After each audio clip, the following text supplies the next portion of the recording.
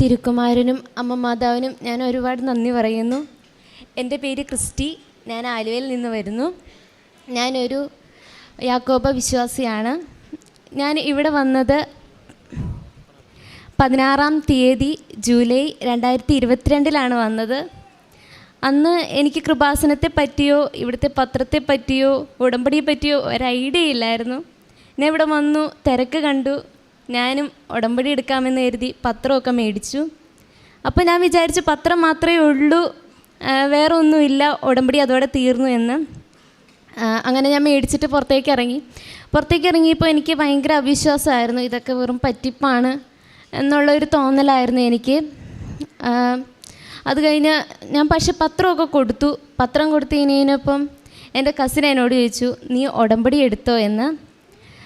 ഞാൻ പറഞ്ഞു ഞാൻ ഉടമ്പടി എടുത്തു, പത്രമൊക്കെ കിട്ടി എന്ന് പറഞ്ഞു. അപ്പോൾ എന്നോട് ചോദിച്ചു, നീ കൗൺസിലിംഗ് ഒക്കെ കൂടിയായിരുന്നോ എന്ന് ചോദിച്ചു. ഞാൻ പറഞ്ഞു കൗൺസിലിംഗ് ഒന്നും കൂടിയില്ല, പത്രമൊക്കെ മേടിച്ചു, ഞാൻ പോന്നു എന്ന് പറഞ്ഞു.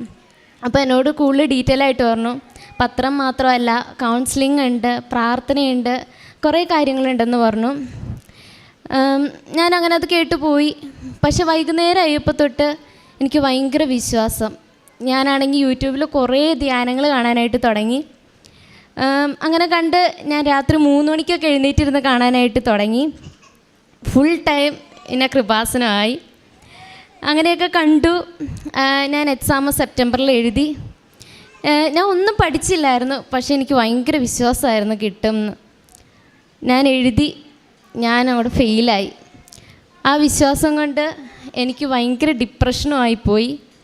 ഞാൻ ഭയങ്കരമായിട്ട് വിഷമിച്ചു. എന്നിരുന്നാലും കുറച്ച് ദിവസം കഴിഞ്ഞപ്പോൾ എനിക്ക് തോന്നി ഞാൻ ഉടമ്പടി എടുത്താൽ എൻ്റെ എല്ലാം ശരിയാവുമെന്ന്. ഞാൻ അങ്ങനെ ഒക്ടോബർ 13, 2023 ഉടമ്പടി എടുത്തു. ഉടമ്പടി എടുത്തു കഴിഞ്ഞ് ഞാൻ അച്ഛൻ പറഞ്ഞ പോലെ എല്ലാം ഞാൻ നോക്കി. എന്നുവെച്ചാൽ എല്ലാ ചൊവ്വാഴ്ചകളിലും അച്ഛൻ്റെ ആരാധനയിൽ പങ്കെടുത്തു. ബൈബിളൊക്കെ 30 മിനിറ്റ് എങ്ങനെയെങ്കിലുമൊക്കെ ഇരുന്ന് വായിക്കാനായിട്ട് ഞാൻ നോക്കി. കാരുണ്യപ്രവൃത്തി വലിയ കാര്യമായിട്ടൊന്നും ഞാൻ ചെയ്തില്ല. പിന്നെ എൻ്റെ കൺമുൻപിൽ കാണുന്ന പാവങ്ങൾക്ക് എന്നിൽ ഒതുങ്ങുന്ന പൈസയൊക്കെ കൊടുത്ത് ഞാൻ സഹായിച്ചിരുന്നു. അങ്ങനെ പിന്നെ കുമ്പസാരാണെങ്കിലും എല്ലാ 2 ആഴ്ചയിലും കൂടുമ്പോൾ നടത്തിയിരുന്നു. അങ്ങനെ എക്സാമിന് തൊട്ട് മുമ്പ് ഞാനിവിടെ വന്നു.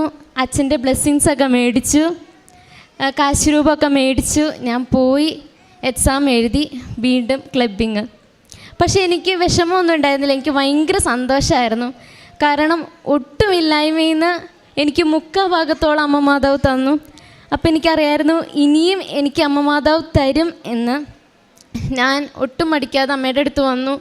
ഞാൻ പറഞ്ഞു, അമ്മ മാതാവേ, എനിക്കൊരു ഡേറ്റ് ഇട്ട് കിട്ടണം, എല്ലാവർക്കും നീ ഡേറ്റ് ഇട്ട് കൊടുക്കുന്നുണ്ടല്ലോ, എനിക്കും ഇട്ട് തരണമെന്ന് പറഞ്ഞു. പക്ഷേ ഡേറ്റ് ഇട്ട് പ്രാർത്ഥിക്കേണ്ടതെന്ന് എങ്ങനെയാണെന്ന് എനിക്കറിയത്തില്ലായിരുന്നു. ഞാൻ പക്ഷേ കുറേ ഇങ്ങനെ സാക്ഷ്യങ്ങൾ കണ്ടു. അപ്പോൾ കുറേ പേരിട്ടത് കണ്ടു. പക്ഷേ ഞാൻ ഡേറ്റ് ഇടാൻ മറന്നുപോയി. ഞാൻ ഇവിടെ വന്നിരുന്നു കഴിഞ്ഞപ്പോൾ എൻ്റെ മനസ്സിലൊരു ഡേറ്റ് തെളിഞ്ഞു വന്നു, ജൂലൈ 9.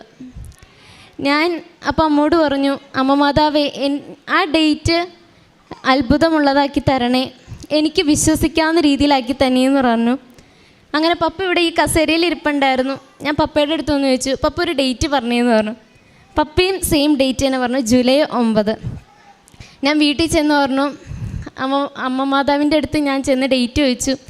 എനിക്കൊരു ഡേറ്റ് തന്നു, അത് ഇന്ന ഡേറ്റ് ആണെന്ന് പറഞ്ഞു. അപ്പോൾ വീട്ടിലുള്ളവരും പറഞ്ഞു, ഞങ്ങളും അത് തന്നെയാണ് വിചാരിച്ചിരുന്നേ, ആ ഡേറ്റ് തന്നെയാണെന്ന് പറഞ്ഞു. അങ്ങനെ ഡേറ്റൊക്കെ അടുക്കാൻ തുടങ്ങി. എനിക്ക് ടെൻഷൻസ് ഭയങ്കരമായിട്ട് കൂടി വരാൻ തുടങ്ങി. ജൂലൈ 9 ഡേറ്റ് ഇല്ലായിരുന്നു, ജൂലൈ 8 ഡേറ്റ് ഉണ്ടായിരുന്നത്. ഞാൻ ആ ഡേറ്റ് അങ്ങോട്ട് എടുത്തു, എക്സാം എഴുതി. പക്ഷേ എനിക്ക് ഒട്ടും പ്രതീക്ഷയില്ലായിരുന്നു. ഞാൻ ഒരു ദിവസം ഡ്യൂട്ടി കഴിഞ്ഞ് ഇറങ്ങിയപ്പം റിസൾട്ട് മെയിലിൽ വന്നിട്ടുണ്ട്. ഞാൻ തുറന്നു നോക്കിയില്ല, എല്ലാപ്പോഴത്തെ പോലെ ആയിരിക്കും എന്ന് വിചാരിച്ച് ഞാനത് വിട്ടു. പക്ഷേ വീട്ടിൽ വന്ന് അമ്മ മാതാവിൻ്റെ അടുത്ത് വന്നപ്പം എൻ്റെ മനസ്സ് പറഞ്ഞിരുന്നു നോക്ക് എന്നുള്ള രീതിയിൽ. ഞാൻ അങ്ങനെ നോക്കി, എനിക്ക് UK സ്കോർ അമ്മ മാതാവ് തന്നു. ഇതിനു മുമ്പ് ഈ റിസൾട്ട് വരുന്നതിന് മുമ്പ് ഞാൻ ഇവിടുന്ന് 5 കെട്ട് പത്രം മേടിച്ചുകൊണ്ട് പോയി റോട്ടിൽ എല്ലാവർക്കും കൊടുത്തിരുന്നു. അതുപോലെ തന്നെ കാരുണ്യ പ്രവൃത്തി പറ്റാത്തത് കൊണ്ട് ഞാൻ ഹോസ്പിറ്റലിൽ ഡ്യൂട്ടിക്കും കയറി. അപ്പോൾ ഞാൻ അതിൽ ഭയങ്കര സാറ്റിസ്ഫൈഡായി. പിന്നെ എന്ന് പറഞ്ഞു കഴിഞ്ഞാൽ ഞാൻ തുടക്കത്തിൽ സാക്ഷ്യം കണ്ടുകൊണ്ടിരുന്നപ്പോൾ കേട്ടിരുന്നു ഈ ജപമാല റാലിയിൽ പങ്കെടുത്തു കഴിഞ്ഞാൽ കുറേ പേർക്ക് കുറേ അനുഗ്രഹങ്ങൾ കിട്ടുന്നതായിട്ട് കണ്ടു. അപ്പോൾ ഞാൻ അന്ന് ഓർത്തിരുന്നു, അമ്മ മാതാവ് എനിക്കും അങ്ങനെ കൂടാൻ പറ്റിയിരുന്നെങ്കിൽ എനിക്കും ഇങ്ങനെ വന്ന് പറയാമല്ലോ എന്ന്. ഞാൻ ഒട്ടും പ്രതീക്ഷയില്ല ഈ പ്രാവശ്യം ഈ ഒക്ടോബർ 28 ജപമാല റാലിക്ക് കൂടാൻ പറ്റുമെന്ന്. എൻ്റെ കൂടെ വർക്ക് ചെയ്യുന്ന ഒരു ചേച്ചി പറഞ്ഞു. അങ്ങനെ വഴി ഞാനിവിടെ വന്നു, എൻ്റെ വീട്ടിലുള്ള എല്ലാവരും വന്നു, ഇവിടെ അറ്റൻഡ് ചെയ്തു പോയി. ഒക്ടോബർ 28 കഴിഞ്ഞ് വന്നിട്ട് നവംബർ 28 എൻ്റെ CBT പാസ്സാവുകയും ഡിസംബർ 28 2:30 അറ്റൻഡ് ചെയ്ത ഇൻ്റർവ്യൂ എനിക്ക് കിട്ടുകയും ചെയ്തു. എനിക്കതിനു മുമ്പ് ഇൻ്റർവ്യൂസ് ഓഗസ്റ്റിൽ ഒരെണ്ണം വന്നു. അത് പിന്നെ ഞാൻ വേണ്ടെന്ന് വെച്ച് അറ്റൻഡ് ചെയ്തതാണ്. പക്ഷെ കിട്ടാണ്ടിരുന്നപ്പോൾ എനിക്ക് വിഷമമായിരുന്നു. അത് കഴിഞ്ഞ് പിന്നെ ഇൻ്റർവ്യൂസ് ഒന്നുമില്ലായിരുന്നു. ഞാൻ കട്ട ഡിപ്രഷൻ വീണ്ടും ആയിരുന്നു. അപ്പോഴാണ് അമ്മ മാതാവ് ഈ ഡിസംബർ 28 2:30 എന്ന് ഇട്ട് തന്നത്. എനിക്ക് ആ ഡേറ്റ് കണ്ടപ്പോൾ തന്നെ അറിയായിരുന്നു ഇതെനിക്ക് വേണ്ടി തന്നെ ഇട്ട് തന്നതാണ് എന്നുള്ളത്. അതും ഞാൻ ഉദ്ദേശിച്ച ഡിപ്പാർട്ട്മെൻറ്റ് തന്നെ നല്ല കിട്ടി. പക്ഷേ എനിക്ക് ഭയങ്കര പേടിയായിരുന്നു. കാരണം എൻ്റെ കൂടെ ആരുമില്ല, ഞാൻ അറിയാവുന്ന ആരുമില്ല. ഞാൻ കുറേ പേരുടെ അടുത്ത് ചോദിച്ചു, ആർക്കും ആ സ്ഥലം അറിയത്തില്ല. അപ്പോൾ എനിക്ക് ഭയങ്കര ടെൻഷനായിരുന്നു. അമ്മ മാതാവിൻ്റെ അടുത്ത് ഞാൻ പറഞ്ഞു, എനിക്കിത് വെച്ചതാണെങ്കിൽ അമ്മ മാതാവ് എനിക്ക് അവിടുത്തെ ഒരാളെ തന്നെ പരിചയപ്പെടുത്തി തരണമെന്ന്. അങ്ങനെ എൻ്റെ ഏജൻസിയിൽ നിന്ന് തന്നെ പോയ പിള്ളേരെ എനിക്ക് കിട്ടി. ഏജൻസിക്കാർ പറഞ്ഞതെന്നല്ല ഞാൻ അറിഞ്ഞത്. എനിക്ക് അവിടെ നിന്നുള്ള പിള്ളേർ തന്നെ എന്നെ ഇങ്ങോട്ടേക്ക് കോണ്ടാക്റ്റ് ചെയ്തു. ഞാൻ പോലും അറിയാണ്ട്, സത്യം പറഞ്ഞാൽ ഞങ്ങൾ നേരിട്ട് പോലും കണ്ടിട്ടില്ല, മിണ്ടിയിട്ടില്ല. വാട്സപ്പിലൂടെ ഉള്ള ചാറ്റിങ് മാത്രമേ ഉള്ളൂ. അങ്ങനെ 2 പേരെ എനിക്ക് കിട്ടി. ഇത് അമ്മ മാതാവ് തന്ന ഏറ്റവും വലിയ അനുഗ്രഹമാണ്. പിന്നെ ഞാൻ വെച്ചിരുന്നത് എൻ്റെ അമ്മയ്ക്കും പപ്പയ്ക്കും നടുവേദന, 1 വർഷത്തോളമായിട്ട് നടുവേദന ഉണ്ടായിരുന്നു.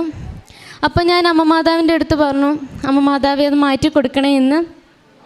അങ്ങനെ എൻ്റെ പപ്പയുടെയും അമ്മയുടെയും നടുവേദന മാറി. ഞാൻ ഉടമ്പടി എടുത്ത് 3 മാസമൊക്കെ കഴിഞ്ഞപ്പോഴത്തേക്കും കുറയാനായിട്ട് തുടങ്ങി. പിന്നെ എൻ്റെ അനിയത്തിക്ക് 10ാം ക്ലാസ്സിൽ നല്ല മാർക്ക് കിട്ടണേ എന്ന് ഞാൻ പ്രാർത്ഥിച്ചു. കാരണം അവളൊന്നും അത്ര ഇൻറ്റൻസീവായിട്ട് എടുത്തില്ല. എനിക്ക് ഭയങ്കര ടെൻഷനായിരുന്നു. പക്ഷേ അമ്മ മാതാവ് നല്ല മാർക്ക് തന്നെ കൊടുത്ത് അനുഗ്രഹിച്ചു. ഇത്രയും തന്ന അമ്മ മാതാവിന് ഞാൻ 1000 നന്ദി പറയുന്നു. ഇത് എൻ്റെ ജീവിതത്തിൽ സംഭവിച്ചത് അമ്മ മാതാവിൻ്റെ ഇതും കൊണ്ട് മാത്രമാണ്.